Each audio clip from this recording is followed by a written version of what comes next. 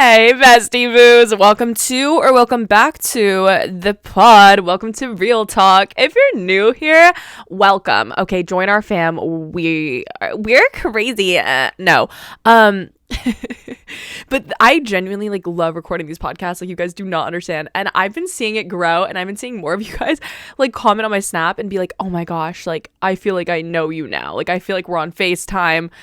And I feel like this is just our secret little spot. Today, the drink of choice is a chestnut praline latte from Starbucks. I love chestnut praline. It is my favorite holiday drink of theirs, and I'm obsessed. I have a literal problem. Oh my god, I thought I was bleeding for a second, and then I looked down at my finger, and I just have Benetton on from blushing my cheeks. Anyway, today we're talking about everything and everything, of course. I'm answering a lot of your questions. But before we get into that, I want to talk about how are the holidays for y'all, okay? Leave me a comment and tell me how the holidays have been. I think they could be such a challenging, interesting time. And I just wanted to talk about this really quick because, now that I'm older... I don't know. I feel like everyone has different family dynamics. Everyone has different things that they go through. And the holidays can just be such a trying time. It can just be so much to deal with. But I hope you guys are doing good. And I hope that it wasn't too overwhelming for you. I know that the holidays, are this time on social media where it's, super fun, super happy, super jolly. But, that's just not the case for everybody. And it's, kind of hard and kind of stressful and kind of a lot to deal with the holidays sometimes. So if you're going through that, I just wanted to put that out there that you're not alone. And I'm a big advocate for taking whatever's on the internet and being real about it. So let's be real about the holidays. You know what I mean? I don't want to see, obviously I want to see all the jolly happy posts, but it's just not the reality for everyone. And I just want to let you guys know that if you're going through that, you're not alone and you're not weird and you're very normal. It's very normal to be stressed or going through things during the holiday season. Anyway, another thing that's going on, seasonal depression. How are y'all doing with that? I'm okay. I'm not too depressed. I'm doing good. My mental health's actually really good right now. I'm actually debating going back. I'm home in New Jersey, just so y'all know, if you can't tell from the background. I feel like some of y'all are going to start to understand the difference from LA and New Jersey, because this is my New Jersey room if you're watching the video version. And I feel like I travel around so much that whenever I'm not here, y'all will know that where I am. Anyway, I have big exciting news coming. Yeah, I can't tell you guys yet. I really want to tell you guys, but I can't tell you guys yet, but I really want to tell you guys. Anyway, what else? Oh, seasonal depression. I hope y'all are doing okay. It's really hard when the sun goes down at 4 p.m. to be a normal human and function and feel happy. One thing that I've been struggling with while I've been in New Jersey for the past week is I haven't been able to go on my hot girl walks as much because it's dark. It's cold. I went on a walk yesterday and I couldn't feel my ears after. It's awful, bro. It's pretty bad. But anyway, I hope y'all are doing good. Definitely get outside and try to work out. I feel like that's the best thing that beats my seasonal depression, just so you guys know. What else is going on? I have my Stanley here. I'm gonna take a sip of water because I haven't drank water all day. Anyway, I think that's everything. Oh, I had something to say about self-confidence because I had this kind of breakthrough today. I wanted to talk about this before we get into the questions. I had a breakthrough today where I was thinking about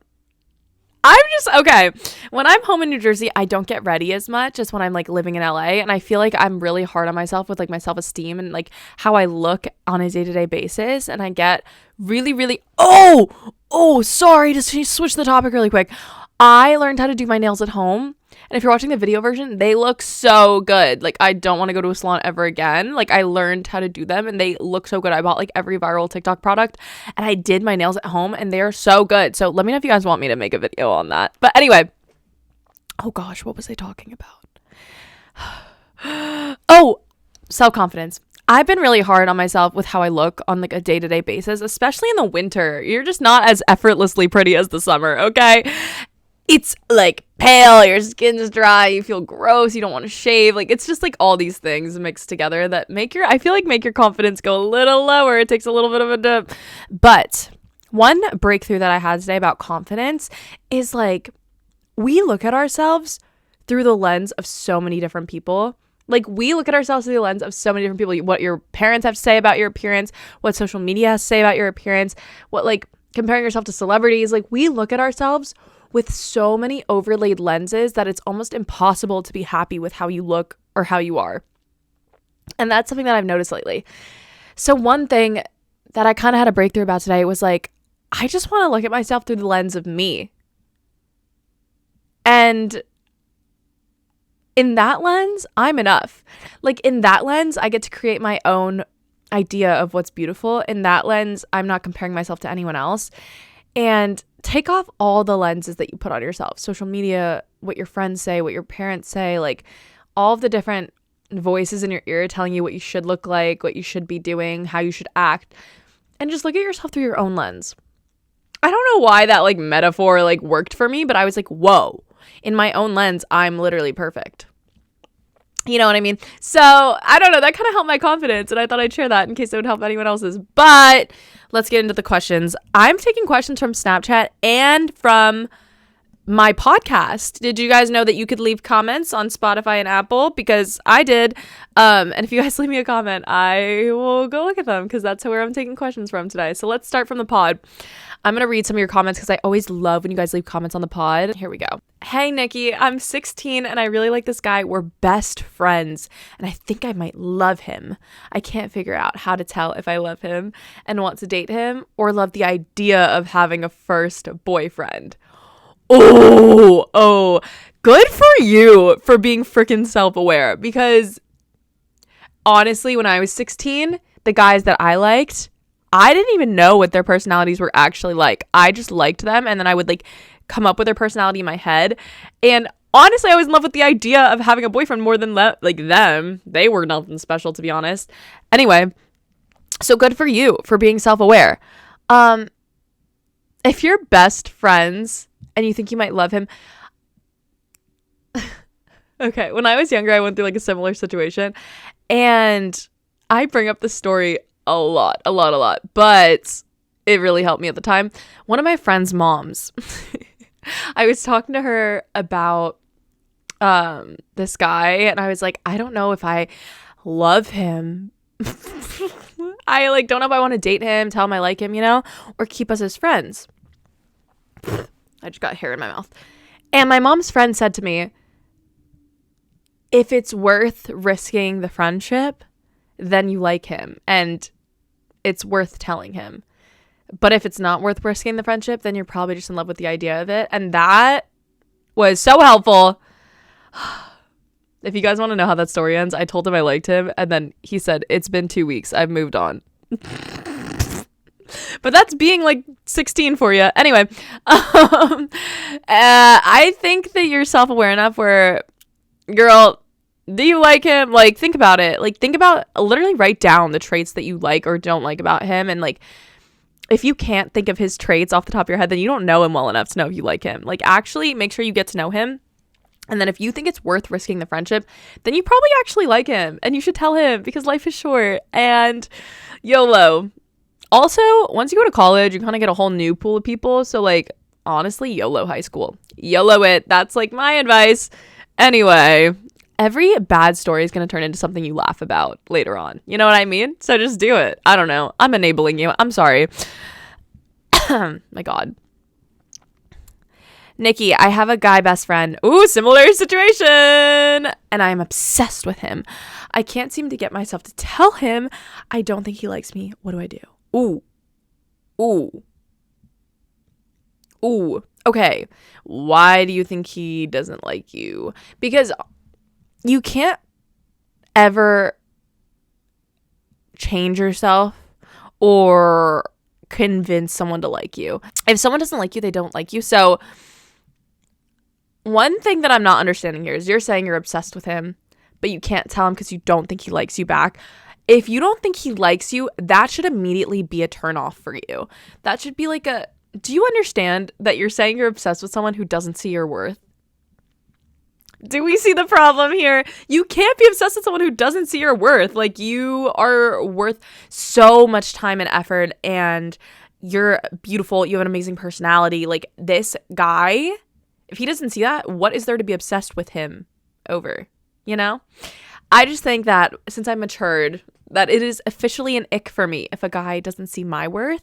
So girl, like, put yourself on a pedestal, not him. Like, someone should see your worth and everything you bring to the table. And if they don't, they're not worth liking, you know? Okay, that was good. Let's see. Okay, I'm reading. These are juicy on the podcast comments, guys. I'm having some... Oh, okay, I read the wrong one, but I'm going to go through with it. I'm having some friends over for a movie. My best friend wants to come, but she doesn't know the people I'm inviting, and I kind of just want to hang out with my other friends. Ooh, okay. I have a hot take. Like, obviously, you don't have to invite your best friend to everything, but I do think that if you have good friends, if you have good quality friends, they should all be able to mix with no problem. And this is something that took me a while to learn, because when I was in high school, I used to try to mix my friends and it was awful. They would not get along. Like, birthday parties were a miserable time because, like, my friends would all be in different corners of the room. Like, I was the kid who was always friends with, like, different groups of types of people.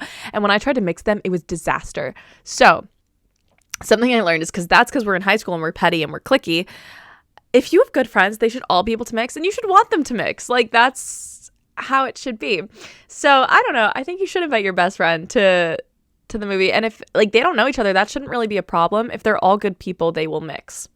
And then you'll have even more friends. The more the merrier. You know? Like, I don't know. That's how I see it. I think you should be able to be excited to mix your friends and try to mix your friends if you can. But I do get that you don't want to do everything with one person. In that case, like, just propose a different plan with them or, like, reschedule. But I think she'll probably take it to heart if you're having people over and don't invite her. I don't know. For me, I would just try to mix everybody and, like, make everyone feel included. Okay, let's see. Ooh, this is, like, a common thing I've seen. I have a friend that I know is insecure and bad for me. She's in all my classes and all my other close friends are friends with her. Ugh, that is so hard. I would just leave her, but I don't want to ruin the mutual relationships. Okay. I used to go through this all the time, and I feel like this is such a common thing where, like, you don't like one person, but, like, you have friends that are friends with them, so it's complicated. Your friends should be able to see things separately. Like, just because you're not friends with that person it shouldn't ruin all your other mutual relationships, as long as you're not going around talking bad about this person. Here's the thing. You can cut someone out of your life, and that can be the end of it. You don't have to worry about what other people think. You don't have to talk about them to other people. You don't have to do any of that. You can just, like, cut them out of your life. And I kind of recommend you do that, because if you know someone's not good for you, why are you letting them stick around and, like, ruin your energy? Here's the thing, though. Not everyone that you're friends with is going to see why you don't like someone all the time. And there's definitely going to be situations in life where you don't like someone and your friends just don't see it and they're still friends with them. And that's okay. Let people learn on their own. You don't want to go around and talk bad about this person, because then it looks bad on you. Like, you shouldn't want to ruin their relationships with other people. Just make your own decision and have your friends make their own decisions. And what I've noticed is that in time, people will reveal themselves. You don't have to do anything. So if you don't like someone and you have a bad feeling about them, let them show that to other people. You don't have to go around and talk about it. So I would just cut them off. And don't worry, like, if your friends are real friends, they will look at the situation separately and be like, I want to be friends with so-and-so and the other person. Like, they don't have to choose one side. Okay, I'm taking a sip of my latte. Okay. Slay. Okay, I have a crush and he's dating my friend because I got them together, but now I like him more. Oh gosh. And rumors are going around saying that I'm dating him and my friend's mad. I don't know what to do. You got them together? Why would you do that if you like him, bro? What? Okay, I'm sorry. That's kind of messed up. I think that you need to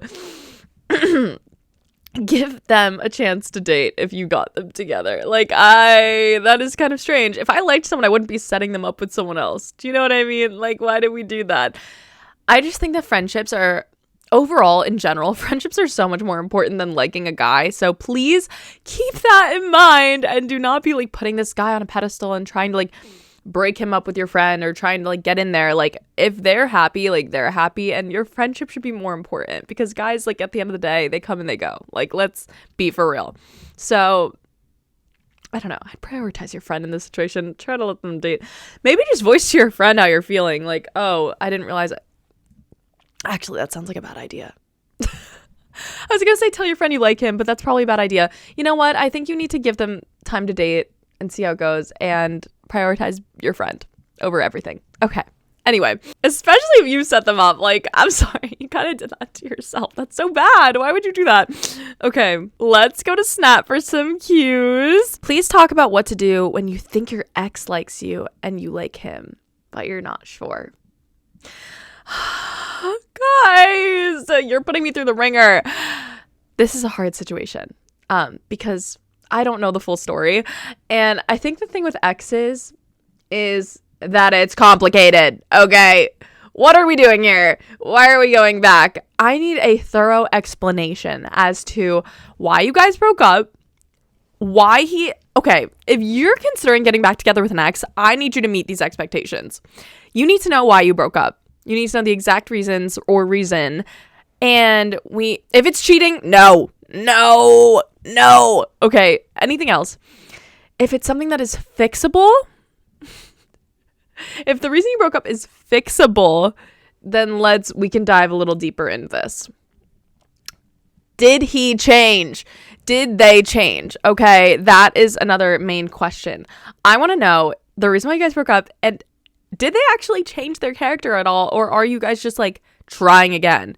Because the definition of insanity is trying the same thing again and expecting different results. Quote, I think Albert Einstein or something. So we need to make sure that there is changed behavior here. You're not just going back because you miss it. Okay, that's another thing.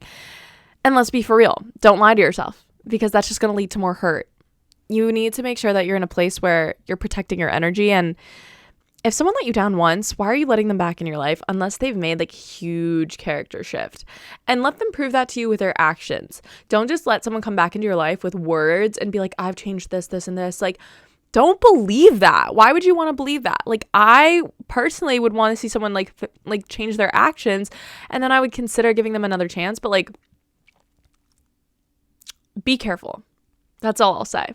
Be careful. Okay, someone said, I really like this boy, but I don't think he even knows who I am. He barely knows who I am. Girl. This is a tale as old as time. We admire someone from afar, and we don't want to make a move, right? Like, it's like, let's let him make a move. But girl, if he doesn't know you exist, he can't make a move. Like, that's the thing I've noticed is like a lot of girls will just like someone from afar, but never even like act on it or introduce themselves or anything. The thing about dating that I've noticed, for me at least, this is my personal experience, is that you kind of have to poke the bear. You have to like let them know you exist, let them know a little piece of your personality, and then leave it and let them come to you. That is kind of the best way to go about it. Like, for example, one guy that I ended up dating actually, I liked him and I just called him on FaceTime like one random night. And like there was no rhyme or reason. I just did it. And he was someone that I had seen in class, and we would like talk a little bit outside of class, and that was it. And I just like one night FaceTimed him, and the next night he called me, and then we never stopped talking, and we started dating. So here's the thing. Here's what we're doing here. You need to build up to that level. So if he doesn't know you exist, find a way to make yourself known. Okay, introduce yourself, talk about something you have in common. That's step one. If you guys have class together, if you guys go to the same school, whatever, talk about something that you guys have in common, a mutual friend, anything. Then we're moving on to step two. I don't know why I'm saying this like it's a guide, like I'm making this up as I speak. Okay, but step one is making him know that you exist. Step two is starting to like build that relationship together. So like propose, like just start walking together like from class to class, or like I don't know what situation you're in, high school, college, out of college, whatever, but you need to find like little ways to talk to him very casually. Like don't be trying to make plans with him or anything, but just like make yourself known, make yourself like a friend at least, and then you can kind of build up to like hinting that you guys want to do something together, or calling him because you have his number and you guys have been Snapchat. Like, I don't know. There just has to be like levels and steps so that it doesn't seem like extreme, but you have to let him know that you exist so that he can even like have a chance to make a move, you know? And you kind of have to like give them a little push so that the guy knows that you're interested, and then he'll chase if he wants to. And that's just my personal opinion, but I think it works. So yeah, don't be shy though. Like, own it. The best way that I've become close with a guy that I like really quickly is making my personality known. I treat them like they're any other person. Like they're just like a friend that I've already been friends with. And that is the key to life. Trust me. Because when you act comfortable around someone, they will want to act comfortable around you. And that's how you get close quick, because you can't just like let it build. Like it's kind of like you have to fake it till you make it. It's kind of like that theory. Like you kind of just have to talk to them like they're a friend, and then like it'll just naturally, you guys will just naturally get closer. And that's what I've noticed. And it works really well. So report back and let me know how it goes. I'm very invested in this. And on that note, I think I'm going to close out this. Oh my gosh, I'm dying. And on that note, I think I'm going to close out the episode here. I freaking love you guys. And I hope you have the best freaking time with your family or whoever you're spending the holidays with. I have some really exciting news coming up. So I'm going to like keep on the lookout for that. Okay. I'll let you guys know as soon as I can. And make sure you're following me. I make TikToks, I make YouTube videos, I make Snapchat, I make podcasts, obviously, and I post on Instagram. Y'all, can you guys like follow me on Instagram so we can be friends on there? Because I like to hype up your photos randomly. So go follow me on Insta, and I'm so grateful for you guys and how much the pod has grown this year. I just recently saw the Spotify Wrapped things come out, and like everyone was like sending me their screenshots being like, you were my #1 podcast, and I wanted to cry. This is my safe space. This is your safe space. I freaking love you, bestie boos, more than anything in this freaking world. And y'all mean the world to me. So I will see you in the next one. And I love you. Mwah. Bye.